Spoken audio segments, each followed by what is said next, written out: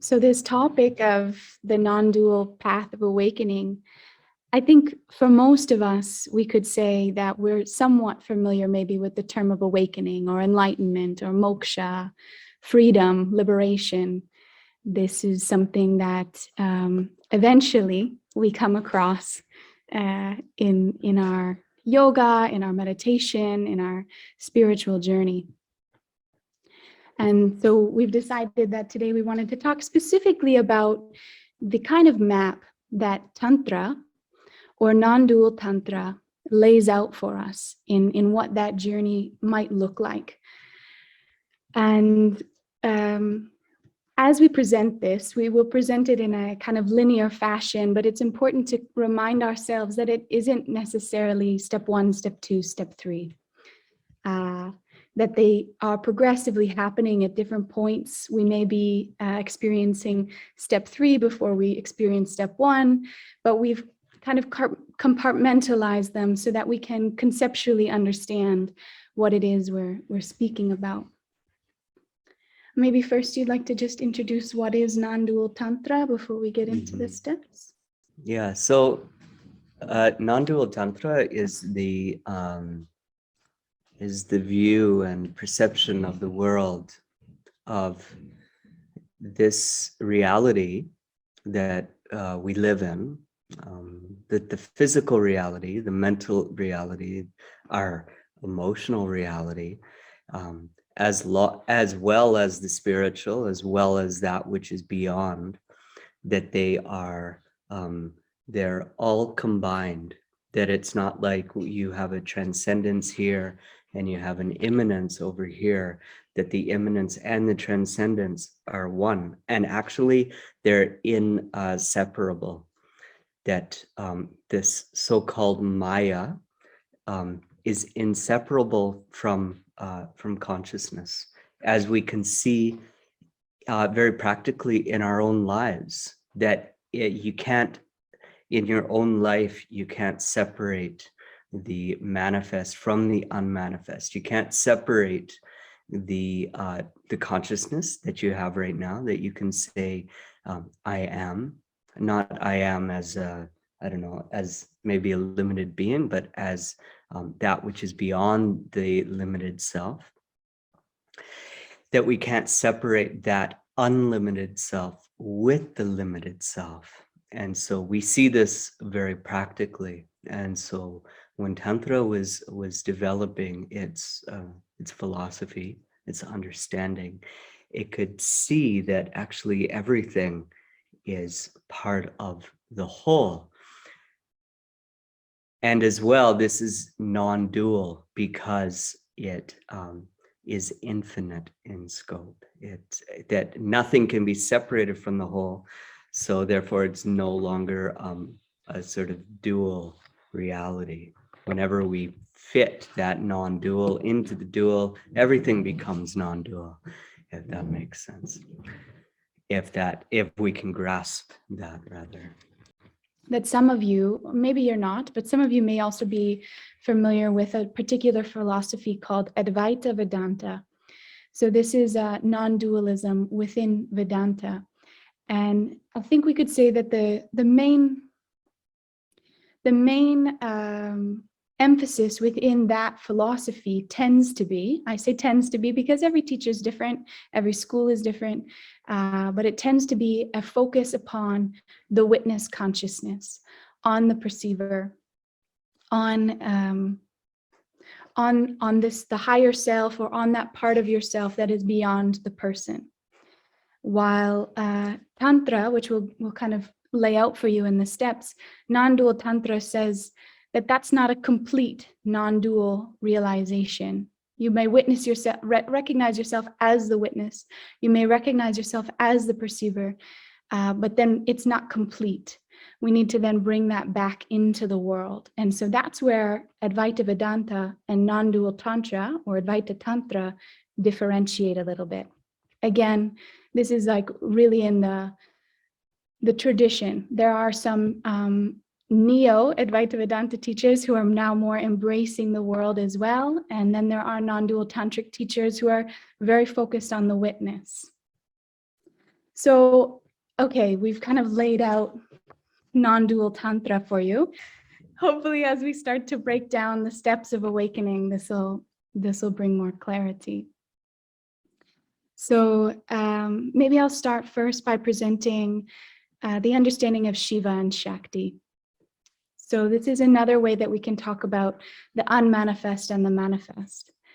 Shiva is that part of yourself, let's say, that is beyond the body, beyond the mind, beyond the emotions, the part of yourself that's able to say, I am, I perceive, I witness, just I. There is a sense of existence here. And it doesn't require being attached to your name, your gender, your body, your ethnicity, your age in order to exist. It's there before these stories. So that part in Tantra, we often refer to as Shiva consciousness, or the unmanifest, or the infinite. You want to introduce Shakti? Mm-hmm. And so then Shakti would be that aspect of ourselves, which seems limited, this aspect of ourselves. When we say, I am hungry as a limited being, or I am a good person, or I am a bad person, it's the so-called good and bad in the world. It's what we would normally call the limited self. So our individuality and really all the things around us which have an appearance of coming forth in the world and then of decaying in the world. So all of the houses that we're living in right now, one day they will no longer be houses. One day they will go back to the earth. So this is all part of Shakti. And so we say basically that the material is part of Shakti, the energy is part of Shakti, our emotions are Shakti because they, as we know, they always come and go. And also so are the thoughts. And anything that can be thought of, or anything which has been thought of, this is all part of the realm of Shakti. Meanwhile, Shiva is that ever-present consciousness which is beyond, which is the background of the Shakti. If you had a canvas, the canvas itself is Shiva. Whereas the painting is Shakti. All of those elements of the painting are Shakti. So we normally, when we look at a painting, we're not noticing the canvas. We're noticing at what the painting speaks to us. That is the Shakti. And so these don't exist in two different places. For a painting to exist, you have to have some kind of a canvas, some kind of a background on that. And likewise, for the background to exist, you have to have something painted onto it, or it couldn't be there as well. Beautiful, thank you. Mm-hmm. So then Tantra, or non-dual Tantra, is telling us that there are three parts to awakening to our fullest potential, or our pure being, or to enlightenment. And so that first part we sometimes refer to as realizing ourselves as Shiva consciousness.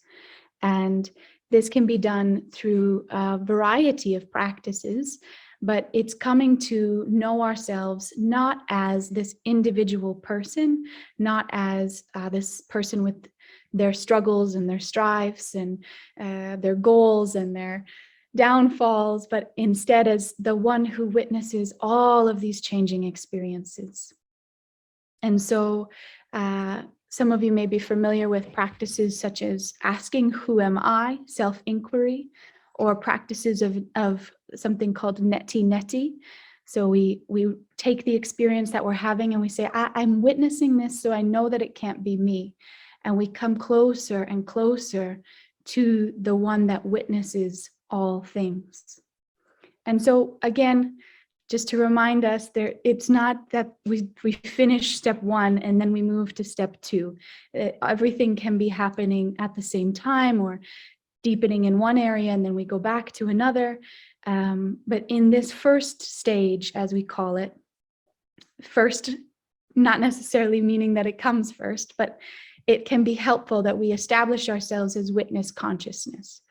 And this, at least from my experience, is an ever deepening process. We continue to find pieces of ourselves where we're still subtly identified or being pulled into what we might call Maya, or the dream, or the Leela, the game of life. And we mistake ourselves again as an individual person. And we just keep coming back to remembering, oh, wait, but I'm something more as well. So in this first part, it's really about neti. I'm not this, I'm not that, I'm not the body, I'm not the mind, I'm not my suffering, I'm not my joys, etc., etc. Mm-hmm. And then coming from there, then we start to come back into the world. So first we've realized our illuminated nature.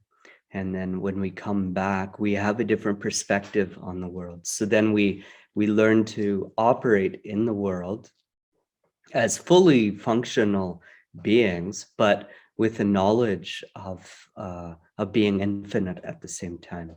So it's a whole change of perspective that's happening there.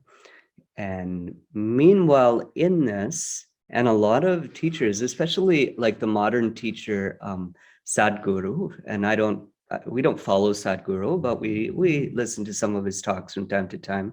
And he's a master who is living this. He realizes, he has said that he's realized his ultimate being, his ultimate self. He's also feels that he has completed whatever he needs to do on earth in this life, whatever his so-called dharma is. And now you can see that he's really enjoying this Leela, enjoying the play, enjoying Shakti to a huge extent. You know, he climbs up Mount Kailash every year. He goes skydiving. He races around on his motorcycle or in his helicopter. He flies his helicopter, you know, so he's really like, he's really enjoying this. Meanwhile, not losing consciousness in well, okay, as far as we know, he's not losing consciousness in his everyday life. And with masters, we can never really know how deeply down that rabbit hole they've gone, how deeply into moksha that they've traveled, but we can see it from their actions. And sometimes it might be not until after the person has left their body that we see the full extent of their actions as well. So anyway. So in this second part, like starting to recognize Shakti, we can say we've come to see ourselves in some way as witness consciousness. And then we start to look at the world again. We start to look at our identifications, at our experiences. Let's say you have the sensation of sound. You're experiencing sound, and a part of you can then contemplate, well, how can this sound exist without consciousness? There's no way that I could have this experience of a body without consciousness. And like this, we start to contemplate in a new way, not just who am I as witness consciousness, but how could the world possibly be something other than myself? As consciousness, not as an individual person, every time I meet an experience, I find consciousness is embedded in it. I find awareness is there. Nothing can exist without that part of me that says I am aware. And that awareness doesn't seem to be localized in just this body. For I'm aware of sounds over there. I'm aware of people moving in this area. I'm aware of the existence of the country of China. You know, there's just nothing happens without awareness also being part of it. And so this is the second part. And we can do it in a more contemplative way. as I'm suggesting, where we start to inquire outwardly, it's called, looking at our world and wondering, how could this exist without me? But we can also do it in more traditional tantric ways, which is where we start to see the introduction of Kundalini and working with mantra and yantra and yagya. Do you want to elaborate on those practices at all before we get into the third part? Mm-hmm. Yeah, so then the practice of mantra, yantra, yagra, and these are helping us to open up towards that divine Shakti, to be able to fully embody that that divine Shakti and the cosmos. And whenever we're able to build that energy up stronger, we're actually as well able to rest in that consciousness of Shiva stronger, more intensely. The concentration's better, the focus is better, the energy in the body has as well become stabilized, instead of kind of this the fluctuations of the mind. Often it's from the lack of stability of the energy which is surrounding the body, of the auric field. So as that becomes stabilized, then our mind becomes stabilized. Then the stabilization, it becomes solid as a diamond, or solid as a stone, as a rock, and we're able to rest in that space for longer. I think we can also say that in a more simple way, as we build Kundalini, as we build this Shakti power within ourselves, we're then not so much experiencing this, and maybe some of you know it, of okay, I've got it, I've lost it, I've awakened, I'm a person again. I feel the brilliance of my meditation. Now I'm suffering in my mind again. And so Kundalini brings this kind of, as Bhairav has said, this stabilization, so that we're not experiencing this got it, lost it thing that happens. We have power now to be able to hold this recognition, rather than to be slipping back and forth. Good.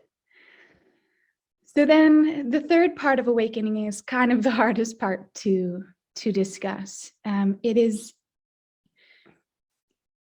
the collapsing of these two concepts into each other. So there's no longer this witness and that which is witnessed, or as we were doing in our meditation, the experiencer and the experience, the knower and the known. A great way to kind of explain it is this cup. So this is a cup, but in some ways it's also clay. And so then we can kind of ask ourselves, is it clay or is it a cup? Well, actually it's both. So in the same way, you're both a vibrant, ecstatic person, but you're also infinite consciousness. Or another way we can talk about it is also the wave and the ocean. We in the beginning see ourselves only as an individual wave. And then we come and say, oh, but wait, I'm the whole ocean. And that would be maybe more our Shiva consciousness. And then we come back and we say, but I'm every wave as well. I cannot be the ocean without also being every wave, which is that Shakti recognition. And then it comes to a point where we're kind of undifferentiated between the two. We are the depth of the ocean as well as the individual wave. So that's the best that I can really explain it. I don't know if you want to try to elaborate more. No, I think that does it. Yeah. So it's something that we can't talk about too much, and we can kind of only trust the ancient scriptures and our teachers when they say that this can happen, or this is an experience that can be. And then at the same time, a lot of people say that we do have this experience Maybe when we climb a mountain and we're just totally in awestruck of the beauty of the view at the top of the mountain, or we hold our child for the first time, or we sit with someone when they're dying, or we just have a moment of complete appreciation for the beauty of life. And in that moment, we're tasting our true nature. We're not dividing ourselves between person or consciousness or Shakti. We're all of it. And we don't even need to say to ourselves, I am in complete union with this moment. We just know, we just feel and experience it. Mm-hmm. And then in that third stage, it's a constant recognition of that. So, for example, in meditation, you might be able to have a taste of this, maybe once a year, maybe just once, and then it becomes more and more possible, and then it starts to become possible as well with the eyes open, and then all of these small segments that happen, they kind of start to collapse on one another, and this becomes a complete journey that they all fit together, and it becomes the consciousness becomes constant throughout one's life instead of pieces here and there, pieces of recognition of divine illumination here and there. They become constant and consistent.